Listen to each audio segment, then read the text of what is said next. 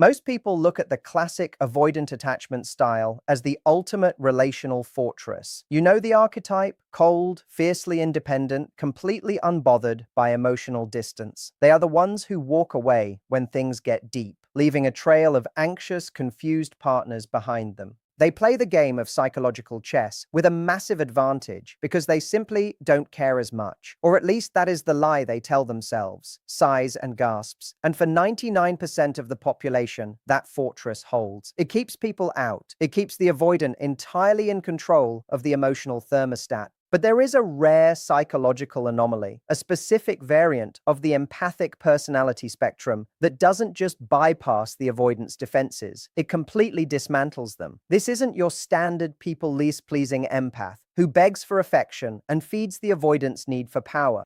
No, this is the dark empath, specifically the high-caliber analytical empath. When an ordinary avoidant encounters this specific individual, the power dynamic doesn't just shift, it reverses entirely. The typical behavioral cues the avoidant uses to maintain control, the silent treatment, the subtle emotional withholding, the micro-rejections are weaponized against them. The analytical empath doesn't get triggered by the distance. Instead, they read the distance like a text. They look past the cold veneer and isolate the exact childhood wound driving the behavior. They see the micro-expressions of fear masked as indifference. What happens next is a masterclass in psychological inversion. Because this empath type understands behavioral mechanics, they don't chase, they anchor. They mirror the avoidant space with absolute calm, completely neutralizing the avoidant's primary defense mechanism.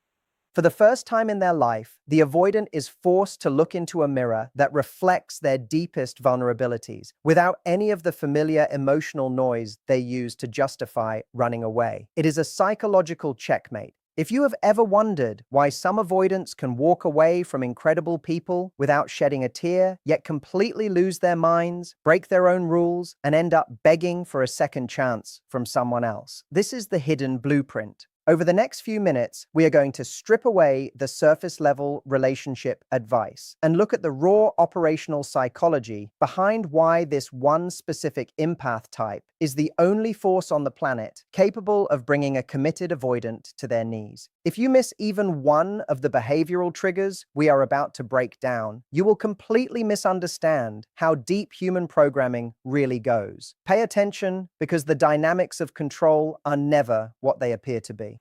Look at the person who always walks away, the one who uses silence like a scalpel, cutting off communication the second things get vulnerable.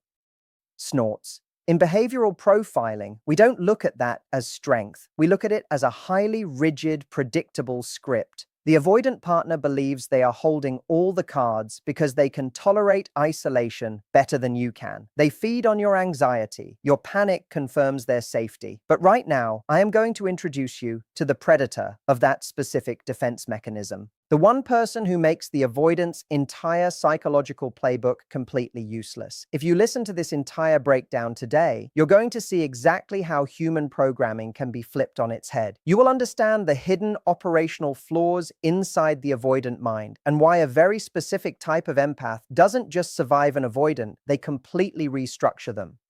If you skip even a part of this, you will continue to play the anxious avoidant trap forever, completely blind to the exit door. Let's look at the baseline. The average person encounters an avoidant and tries to fix the distance with warmth. They send the extra text. They demand explanations. Every single one of those actions is data to the avoidant subconscious. That data says, I am still in control, I am the prize, I am safe from engulfment because I can push them away at will. Enter the analytical empath. This isn't the empath who absorbs your energy and cries in the corner. This is an individual with high cognitive empathy. They don't just feel what you feel, they map it. They observe baseline behavior, vocal tonality, and fluid shifts in body language. When the avoidant pulls back, the analytical empath doesn't experience an emotional spike. Their heart rate stays steady. Their pupil dilation remains normal. They don't see a threat, they see a mechanism resetting. What happens when a machine doesn't get the expected input? It errors out. When the avoidant pulls away, expecting the standard chase, the analytical empath gives them absolute echoing silence. But it isn't the angry, passive, aggressive silence of a narcissist. It is a calm, unbothered, completely supportive space. The empath effectively says, "Oh, you need space? Perfect. Take all of it." This completely disrupts the avoidant's predictive processing. Suddenly, the distance they created doesn't feel like a fortress anymore. It feels like an isolation cell. The dopamine hit they usually get from being chased evaporates. For the first time, the avoidant is left alone with the one thing they have spent their entire lives running from: themselves. The analytical empath knows that avoidance is just a historic survival adaptation. It's an old software program written in childhood to protect a kid whose needs were rejected or ignored.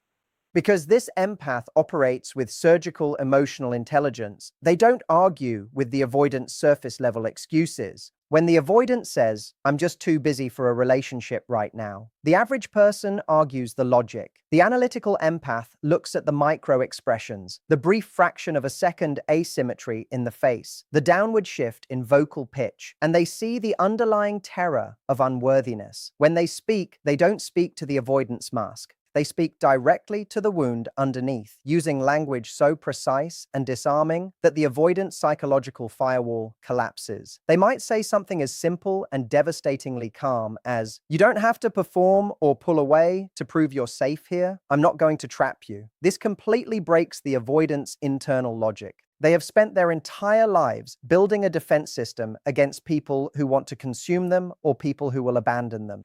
They have absolutely zero defense mechanisms against someone who completely understands them, requires nothing from them, yet remains entirely unshakable. The power dynamic shifts irreversibly. The avoidant who previously took weeks to respond begins to experience a hyperfixation. The uncertainty flips. They start checking their phone. They start analyzing the empath's behavior, looking for a flaw, a sign of weakness, a hint of anxiety. But they find nothing but a calm, steady mirror. Eventually, the pressure of their own suppressed emotions builds up. The avoidance fortress becomes their prison, and the only way out is through the door the analytical empath is holding open. They don't just come back, they returned stripped of their ego, ready to communicate, completely brought to their knees by the one force they couldn't run away from: absolute seen-through understanding. To truly understand why the avoidant attachment style is so easily dismantled by a high-caliber analytical empath, we have to first strip away the myth of their emotional independence. In the world of behavioral profiling, there is a massive difference between genuine emotional autonomy and a highly rigid, hypervigilant defense system. The casual observer looks at an avoidant individual, someone who can cut off a relationship in 24 hours, who utilizes the silent treatment with surgical precision, and who seems completely unbothered by emotional distance, and concludes that this person possesses a unique kind of psychological strength. They look like an unshakable fortress. But if you analyze the baseline metrics of human behavior, you quickly realize that a fortress is not a sign of absolute power. A fortress is a monument built out of absolute terror. The independent exterior that the avoidant presents to the world is actually a fragile, highly predictable behavioral mirage. It is a protective shell designed to keep people at a safe distance because the internal infrastructure cannot handle the weight of genuine vulnerability. This entire system relies on a very specific, repeatable script. It operates on the assumption that the people they encounter will react to their withdrawal in a highly predictable way. When an avoidant pulls back, the standard human script dictates that the partner will experience a massive spike in anxiety. The partner will text more, demand explanations, beg for reassurance, and exhibit frantic chasing behavior. To the subconscious mind of the avoidant, this chase is the ultimate safety metric. It provides them with an immense amount of operational data. Every panicked text message and emotional plea from their partner confirms two things to the avoidant's internal software. First, that they are completely safe from being suffocated or trapped because they have successfully established distance. And second, that the partner is still safely anchored to them and isn't going anywhere. This creates a deeply distorted dopamine reward loop, where the avoidant feels incredibly powerful and secure precisely because they are causing someone else to panic. They use your emotional dysregulation to regulate themselves. It is a game of psychological chess where they always hold the advantage because they have convinced themselves that they simply care less. However, because this behavior is completely reactionary rather than autonomous, it is fundamentally weak. The entire independent persona is an illusion that completely depends on the partner playing the role of the chaser. If you remove the chaser from the equation, the avoidance illusion of strength instantly begins to fracture. Their independence is not a self-sustaining power source. It is an echo chamber that requires the noise of your anxiety to feel solid. When they encounter an individual who does not provide that noise, who does not follow the predictable script, the structural integrity of the avoidance armor is put to the test for the first time. Without the validation of your pursuit, the cold, unbothered exterior begins to warp into profound confusion. They are exposed to the raw reality that their defense system is entirely hollow, built not on self-sufficiency, but on a desperate lifelong avoidance of their own deep-seated fears of unworthiness and rejection. They realize that the walls they built to keep the world out have actually trapped them inside a very small, very lonely room, completely defenseless against someone who can see the fragile child hiding behind the massive stone walls. To understand the precise point of failure in the avoidant psychological defense system, we must dissect the unique weapon system that is the high-caliber analytical empath.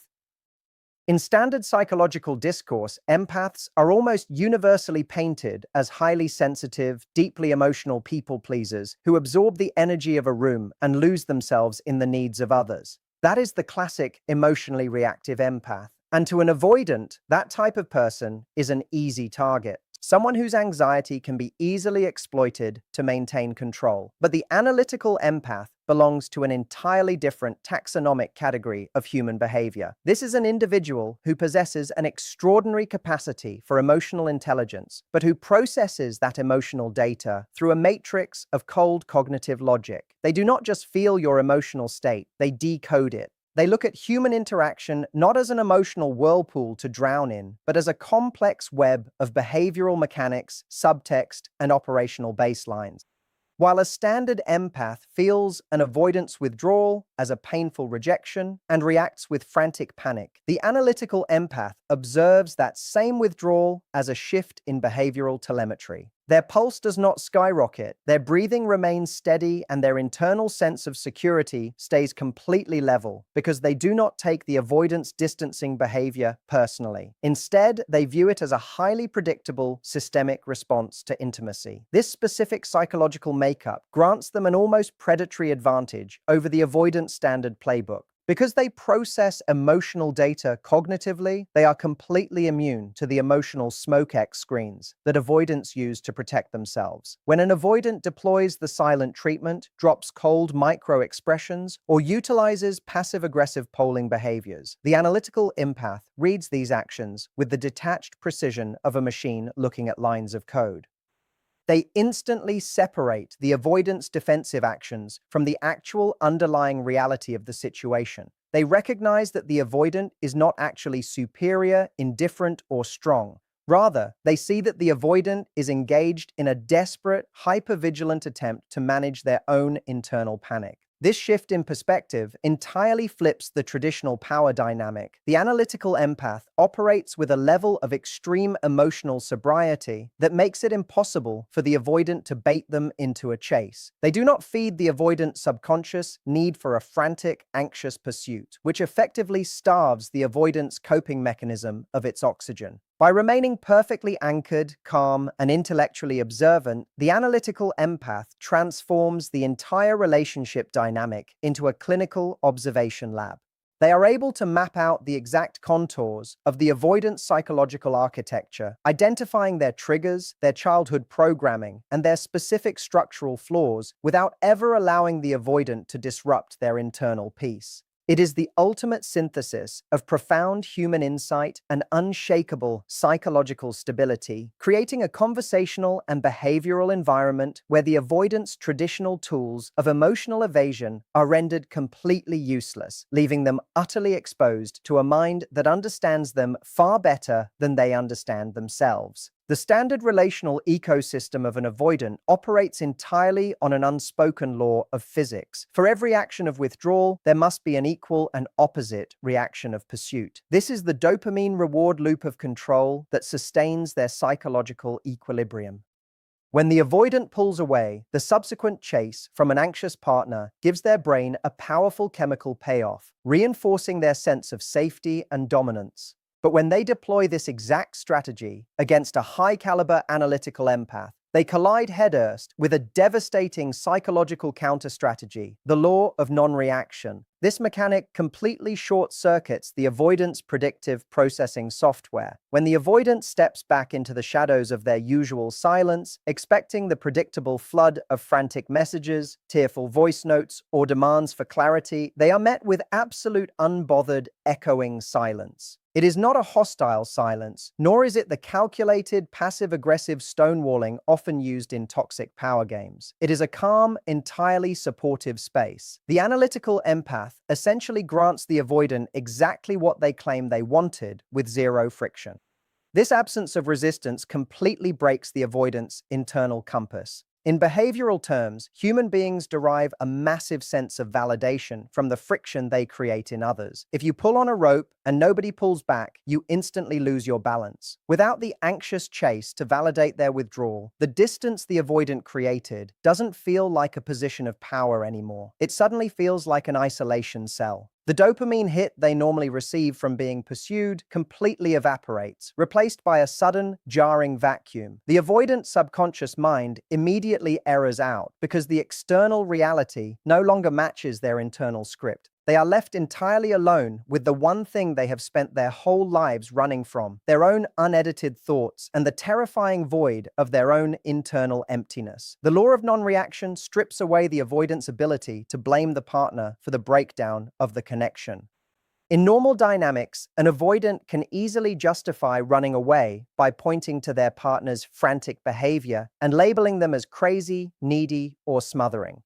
This projection allows them to maintain the illusion that they are the healthy, rational one. But the analytical empath's absolute stability denies them this escape hatch. There is no drama to point to, no emotional dysregulation to weaponize, and no pressure to fight against. The empath's non-reaction acts as a flawless, unshakable mirror, reflecting the avoidance's internal panic directly back at them. As the days pass without a chase, the avoidance's initial relief mutates into a profound, creeping anxiety. They begin to realize that the doors to the fortress are wide open, yet no one is trying to force their way in. The terrifying realization sets in that while they thought they were exercising ultimate control by walking away, they were actually just allowed to leave without a fight.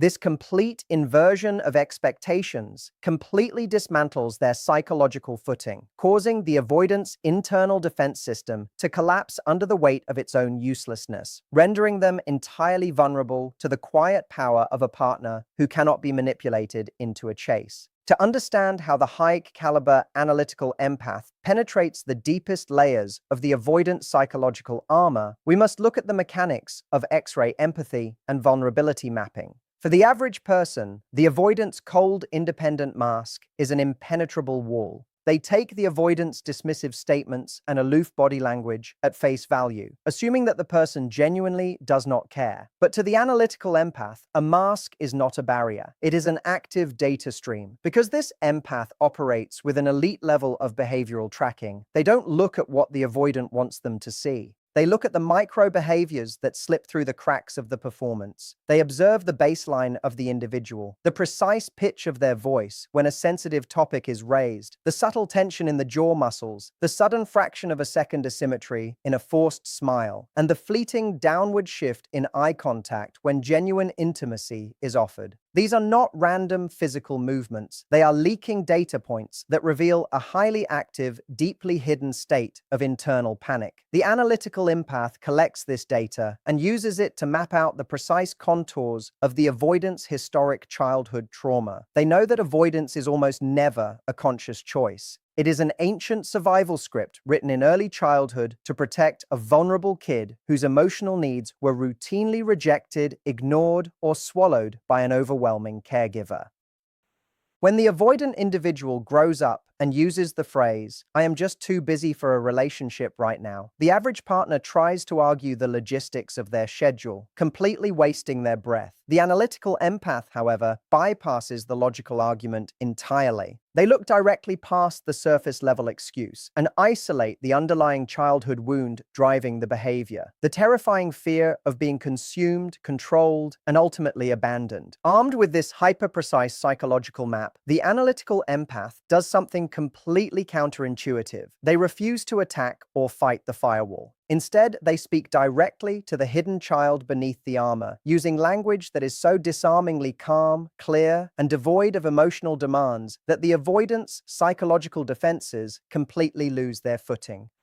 They might look at the avoidant and say something as devastatingly simple and grounded as, "You don't have to perform or pull away to prove you're safe here. I am not going to trap you, and I am not going to chase you." This sentence is an operational masterpiece because it systematically disarms every single trigger the avoidance defense system is prepared to fight. It proves to the avoidance subconscious mind that this specific partner cannot be manipulated into a conflict, cannot be pulled into a toxic game, and most importantly, can see right through the tough exterior. For the first time in their life, the avoidant is placed in a behavioral matrix where their hiding spots have been entirely stripped away. They realize that the cold persona they have spent decades perfecting is completely transparent to this person. The profound shock of being truly seen, not judged, not criticized, and not begged, but deeply and accurately decoded, creates a massive breach in their emotional security system, leaving them completely exposed to a level of psychological intimacy they have spent their entire existence running from. The final phase of this psychological confrontation is the activation of the inversion matrix, the precise mechanical sequence where the avoidant transitions from a position of absolute emotional dominance to a state of complete hyperfixation and eventual surrender. In the initial stage of any relational fracture, the avoidant sits comfortably in the seat of the withholding partner. They have successfully deployed their silence, and their internal software assumes they dictate the emotional climate of the connection. But as the analytical empath's law of non-reaction takes hold, a profound algorithmic error occurs inside the avoidant subconscious mind. The expected feedback loop of partner anxiety is entirely absent. This absence of data creates a severe psychological vacuum, and human nature abhors a vacuum. The avoidance brain, desperate to regain its equilibrium and prove that its defense mechanisms are still functioning, is forced to actively seek out the data it is missing. This is the exact moment the hunter becomes the prey. The avoidant begins to execute low-level investigative behaviors that they would normally consider entirely beneath them. They find themselves opening communication apps just to check the empath's active status, tracking social media updates for subtle emotional tells, or rereading old text messages to locate the exact moment they lost control of the behavioral narrative. Every search yields a flat baseline. The empath remains perfectly composed, unbothered, and entirely autonomous. This lack of response triggers an intense state of cognitive dissonance. The avoidance's primary cognitive framework dictates that they are the prize, the one who leaves and the one who controls the emotional thermostat of the room. When the external reality continuously disproves this framework, their subconscious mind shifts from casual indifference into hyperfixation. The obsession is not initially born out of sudden healthy love. It is born out of a desperate, ego-driven need to correct the behavioral anomaly. They cannot tolerate the fact that someone has looked at their absence and chosen peace over panic. As the hyperfixation deepens, a terrifying psychological inversion takes place. The avoidant's own deeply suppressed anxious attachment wiring is suddenly forced to the surface by the sheer weight of the empath's absence. The very defense mechanism they use to protect themselves, emotional distance, has now inverted into an agonizing simulation of their deepest childhood fear, absolute unmitigated rejection.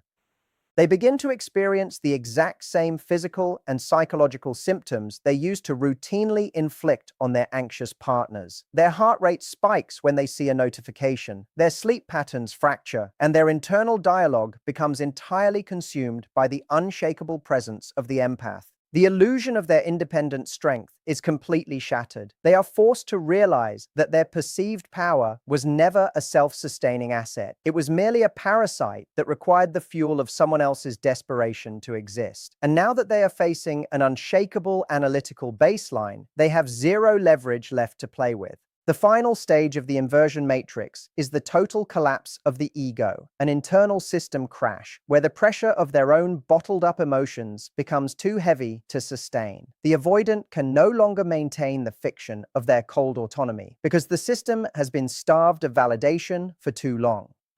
When they finally break their own rules and reach out, they do not do so with their usual aloof testing breadcrumbs or casual check-ins. They return with their psychological armor completely stripped away, speaking with a raw, desperate vulnerability that they have spent their entire adult lives running from, utterly brought to their knees by a partner who simply refused to play their